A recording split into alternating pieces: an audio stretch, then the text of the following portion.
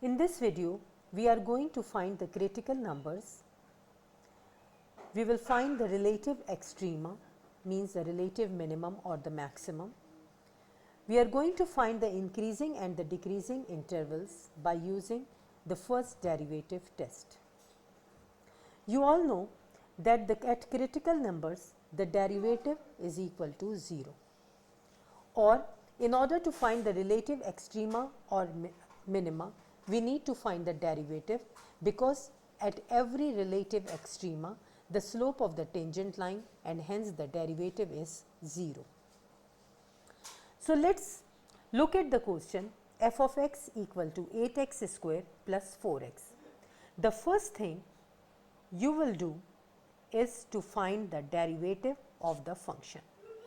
You all know, in order to find the derivative, 2 times 8, it is equal to 16x plus the derivative of 4x is 4.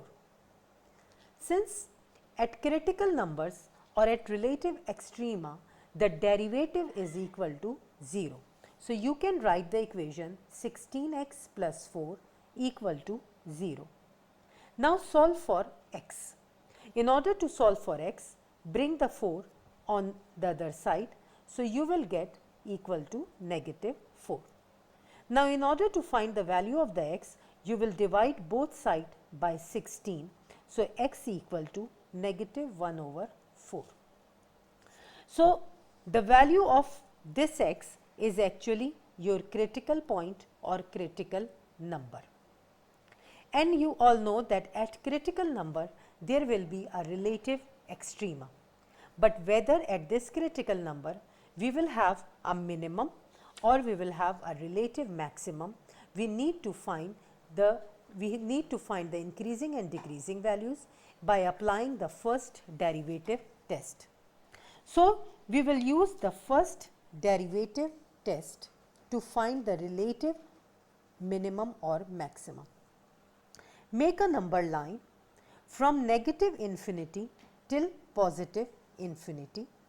Now, the critical number negative 1 over 4, show it here at the number line in the middle of the line. Now, what is the next step? That choose any number from here, any number from negative infinity till negative 1 over 4. Let us suppose I chose minus 2. No need to write, but just for your sake I am writing that we suppose minus 2. Put this number minus 2 in the first derivative. So, 16 times negative 2, it will give you negative 32, plus 4, it will give you negative 28. So, I will show you here that how we will do 16 negative 2 plus 4. So, you will get negative 28. Now, we are not concerned with this 28, we are just concerned with a negative sign. So, put the negative sign on the top of the number line. Now, think of a number between negative 1 over 4 till positive infinity. Let us suppose I chose 0. As I said, no need to write it in your head. Okay. Now, put this 0 in the first derivative.